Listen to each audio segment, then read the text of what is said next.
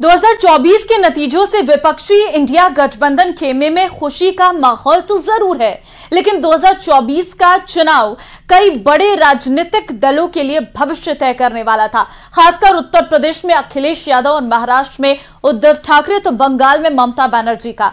क्योंकि इस बार न सिर्फ विपक्ष की प्रतिष्ठा का सवाल था, बल्कि अगर नतीजे 2019 जैसे आते तो कई क्षेत्रीय दलों का वजूद ही खतरे में पड़ जाता। देखिए रिपोर्ट।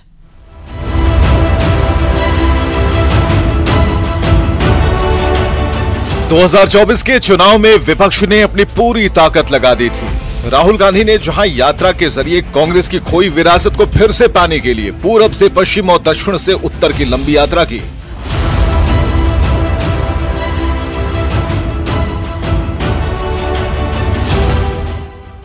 तो दूसरी तरफ यूपी में अखिलेश यादव ने एमवाई के समीकरण के बाहर निकलकर ऐसी सोशल इंजीनियरिंग की कि बीजेपी को आधी सीट भी नहीं मिल पाई।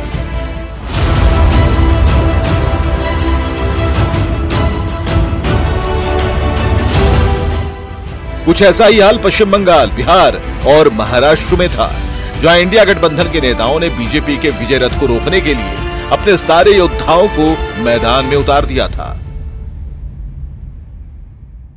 ये मैं तो पहले कहूंगा, ये जो रिजल्ट है जनता की रिजल्ट है और ये जनता की जीत है और लोकतंत्र की जीत है। ये चुनाव कुछ नेताओं के लिए न सिर्फ प्रतिष्ठा का सवाल बन गया था, बल्कि ये चुनाव उनके राजनीतिक भविष्य को भी तय करने वाला था। महाराष्ट्र में शिवसेना के टूटने के बाद सवाल ये था कि जनता किसे बाला साहब ठाकरे का असली उत्तराधिकारी मानेगी और किस गुट को असली शिवसेना मानेगी। यही वजह थी कि उद्धव ठाकरे के लिए यह चुनाव सिर्फ विपक्ष को जिताने का नहीं था, बल्कि अपनी खोई साख को बचाने का था।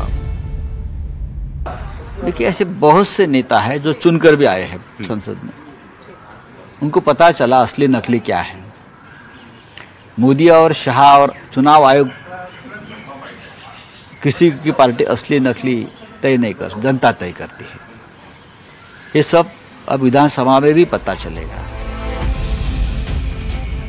वहीं दूसरी तरफ एनसीपी का उत्तराधिकारी बनने को लेकर अलग हुए अजित पवार ने शरद पवार के सामने एक बड़ी चुनौती खड़ी कर दी थी। सवाल यहां भी वही था कि असली एनसीपी कौन है, लेकिन सियासत के मास्टर शरद पवार ने इंडिया अलायंस के साथ मिलकर महाराष्ट्र में ऐसा समीकरण बनाया कि भतीजे अजित पवार की एक ना चली और महाराष्ट्र की सियासत में चाचा ने भतीजे को जोरदार पटकनी दे दी।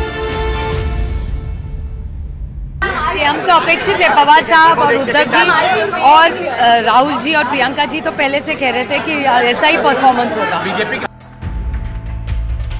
यूपी और बिहार की लड़ाई महाराष्ट्र से अलग थी। यहां भले ही पार्टी में टूट नहीं हुई थी, लेकिन सवाल यहां भी पार्टी की प्रतिष्ठा और भविष्य को लेकर था। क्योंकि एक तरफ जहां यूपी में अखिलेश यादव 2019 के चुनाव में सिर्फ 5 सीट जीत पाए थे, जबकि बिहार में आरजेडी का तो खाता तक नहीं खोला था। ऐसे में अगर इस बार भी अखिलेश और तेजस्वी के मन मुताबिक नतीजे नहीं आते, तो न सिर्फ पार्टी के भविष्य पर सवाल उठता, बल्कि दोनों युवा नेताओं की विश्वसनीयता भी पार्टी के अंदर ही कटघरे में खड़ी होती। देखिए, लोकतंत्र में और गिनती जब होती है तो आस और उम्मीद कभी खत्म नहीं होनी चाहिए। आस हमेशा बनी रहनी चाहिए, उम्मीद हमेशा रहनी चाहिए।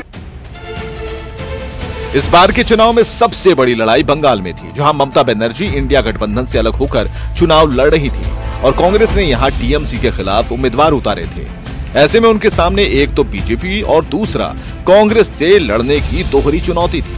कहा तो यहां तक जा रहा था कि अगर बीजेपी ने यहां अपनी सीटें बढ़ा ली, तो इसका असर 2026 में होने वाले विधानसभा चुनाव पर होगा ही, साथ ही ममता बनर्जी के सियासी भविष्य को भी तय करने वाला होगा।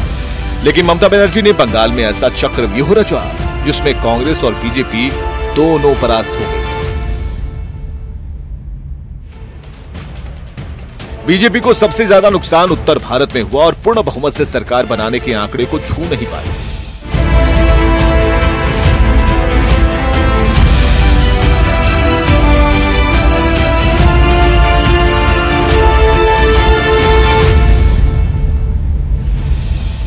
वहीं दूसरी तरफ विपक्ष ने हिंदी पट्टी के राज्यों में खासकर उत्तर प्रदेश में कमाल का प्रदर्शन किया, जिसके दम पर 10 साल में पहली बार एक मजबूत विपक्ष देश को मिला। विपक्ष अपने प्रदर्शन से खुश है ही, लेकिन विपक्ष की खुशी की वजह चंद्रबाबू नायडू और नीतीश कुमार भी हैं, जिसके पास इस वक्त सत्ता की चाबी है और ये दोनों एनडीए का हिस्सा हैं। लेकिन जिस तरह से पटना से लेकर दिल्ली आते वक्त तेजस्वी और नीतीश कुमार की मुलाकात और बातचीत हुई, उससे भी विपक्षी खेमा काफी उत्साहित है। Bureau report, news 18।